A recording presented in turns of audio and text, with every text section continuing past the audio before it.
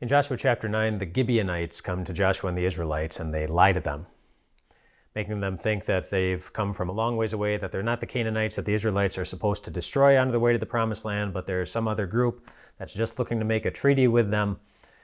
And Joshua and the Israelites, they're skeptical, but they give in. And there's something that the Gibeonites say along the way that caught my eye. When Joshua said, how do we know that you're not lying to us? They said, we have heard of your God. We've heard of all the incredible things that your God did. We heard of all the incredible victories that he's given you along the way. In other words, they're telling Joshua, we believe that your God is real. We believe that your God is powerful. We believe that your God is incredible. And yet, even though they believed those things, they felt compelled to lie to his people. In other words, they didn't trust him. They didn't love him.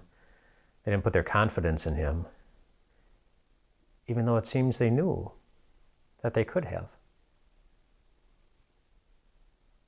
We see something similar when we look at Jesus' interaction with Pontius Pilate.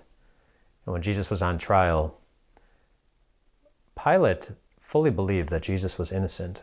He didn't want to sentence him to the death penalty. That was obvious. He tried all sorts of tactics to let him go. His wife had even warned him in a dream. She warned him about a dream that she had, saying that I had a dream about this man and it put me through torment. This man is an innocent man. Do not have anything to do with him.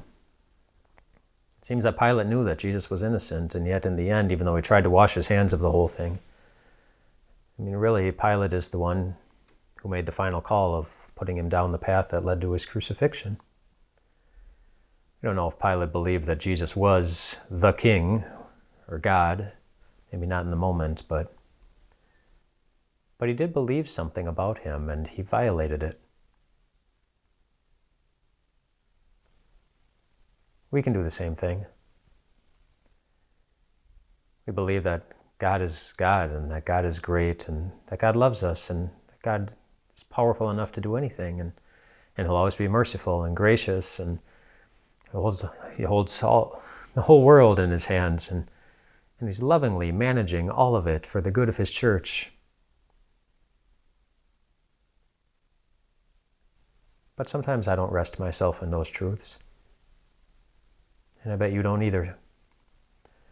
Sometimes we still worry. Sometimes we get afraid. Sometimes we doubt. Sometimes we wonder.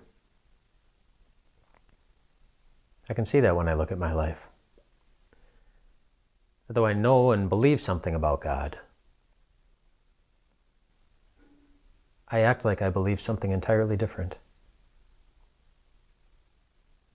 And I bet you do too. But God gives us a solution. Instead of looking longer at ourselves in those moments, look at Jesus,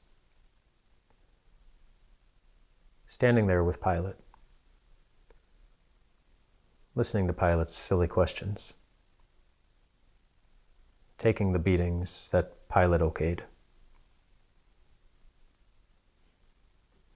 being led to the cross that Pilate did not take away. What kind of God do we have when we look at him?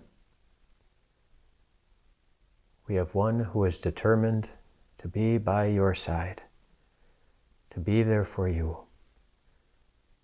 to forgive you, to love you every step of the way. Focus on him. And then focus on his empty tomb on Easter morning,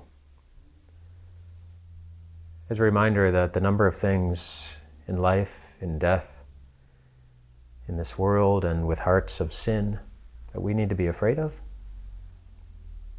with that Jesus by our side, well, the number, it's none. It's nothing. We know who our God is. And every day we have the right to live like we know it. Rest well tonight, my friends.